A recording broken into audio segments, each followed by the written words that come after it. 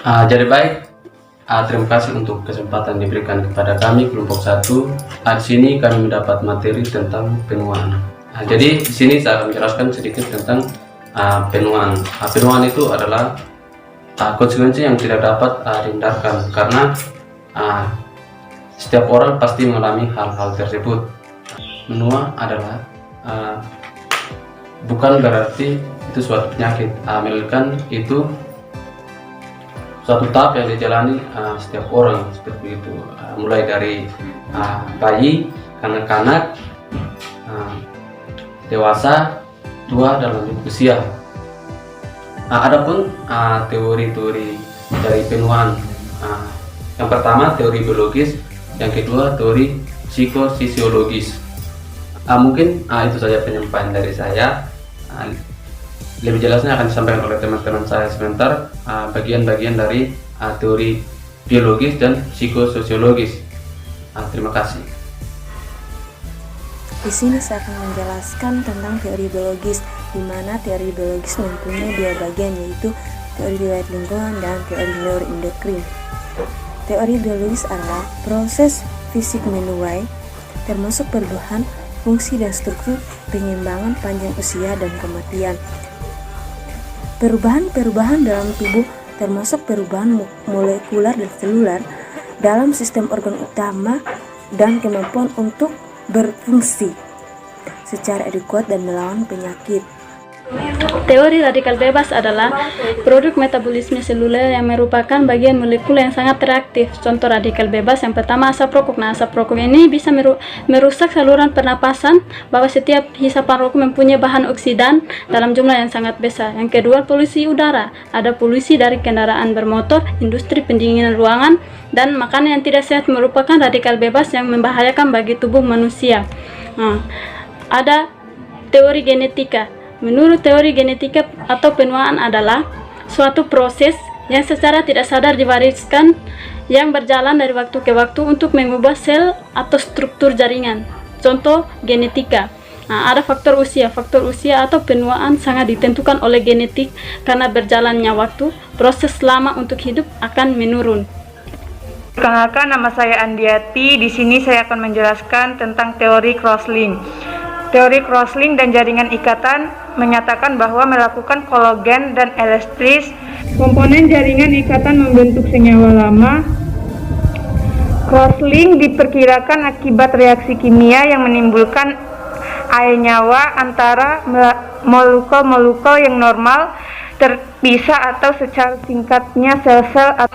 singkatnya sel-sel tua atau usang. Teori WN turut mengajukan akumulasi sampah metabolik atau zat nutrisi dapat merusak sintesis DNA. Agus Wisman berpendapat lagi bahwa sel somatik normal memiliki kemampuan yang dalam beraplikasi dan menjalankan fungsinya. Kematian sel terjadi karena jaringan yang sudah tua yang tidak beregenerasi. Contoh, produk sampah metabolisme yang menyebabkan kerusakan ketika akumulasi terjadi radikal bebas dengan cepat dihancurkan oleh sistem enzim pelindung pada kondisi. Teori neuroendokrin merupakan kelenjar timus dan sistem saraf atau sistem endokrin yang menghasilkan persamaan yang luar biasa. Walaupun faktor-faktor ini diketahui dapat mempercepatkan penuaan, sedangkan teori riwayat lingkungan ini menjelaskan tentang lingkungan, misalkan karsinogen, cahaya matahari, trauma, infeksi. Infeksi dapat membawa proses penuaan. Walaupun faktor-faktor diketahui dalam mempercepat penuaan, dampak dari lingkungan lebih dari merupakan dampak sekunder. Ini bukan merupakan faktor utama dan penuaian dalam melaksanakan. Di sini saya akan menjelaskan teori kepribadian manusia adalah suatu wilayah pertumbuhan yang subur dalam tahun akhir kehidupannya yang telah merangsang penelitian yang pantas dipertimbangkan. Teori kepribadian juga menyebutkan aspek-aspek pertumbuhan psikologis tanpa menggambarkan harapan atau tugas spesifik lansia. Di sini juga teori tugas perkembangan beberapa para ahli teori sudah menguraikan proses maturasi dalam kaitannya dengan tugas yang harus dikuasai. Pada tahap sepanjang kehidupan, hasil penelitian Erikson mungkin teori terbaik yang dikenal dalam bidang ini. Teori dissegamment atau teori pemutusan hubungan dikembangkan pertama kalinya pada tahun 1960-an yang menggambarkan proses penarikan diri oleh lansia dari bermasyarakat dan tanggung jawabnya. Teori ini banyak sekali yang menimbulkan kontroversi. Sebagian karena penelitian dipandang cacat dan karena banyak lansia yang menentang atau postula yang dibangkitkan oleh teori itu menjelaskan apa yang terjadi di dalam pemutusan ikatan atau hubungan.